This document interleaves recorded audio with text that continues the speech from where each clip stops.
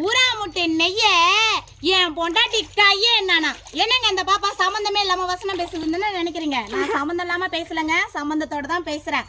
அதாவது நான் பெத்த பிள்ளைக்கு என்னோட இன்சில வைக்கலாம், நீங்க பெத்த பிள்ளைக்கு உங்க இன்சில வைக்கலாம். யாரோ பெத்த பிள்ளைக்கு நாம இன்சில் வைப்போமா? ஆனா பாருங்க, நம்ம திமுக காரங்களுக்கு பரந்த மனசுங்க. யார் பெத்த பிள்ளைக்கு வேணாலும் அவங்க இன்சில் வச்சுக்கோங்க. எதுக்காக சொல்றேன்னா, நம்மளுடைய பாரத பிரதமர் திரு நரேந்திர மோடி ஐயா அவர்கள் பார்த்தீங்கன்னாக்கா நமக்காகவும் நம்ம நாட்டு மக்களுக்காகவும் எக்கச்சக்கமான நல்ல திட்டங்களை கொடுத்துருக்காருங்க. அதுல ரோட்டோர கடைக்காரங்களுக்கு 2014ஆம் ஆண்டு வெயில்ல இல்லாம நிழல்லே இருந்து ஒரு வியாபாரம் பண்றதுக்காக ஒரு 4 சக்கர வாகனத்தை கொடுத்தாரு. அப்படி கொடுத்த அந்த வாகனத்துல பார்த்தா நாங்க தான் அந்த திட்டத்தை கொடுத்தோம். திமுக காரங்க ஸ்டிக்கர் ஒட்டி வச்சிருக்காங்கங்க. அதுல இந்தாண்ட பார்த்தா கலைஞர் ஐயா படம், இந்தாண்ட பார்த்தா ஸ்டாலின் ஐயா படம்.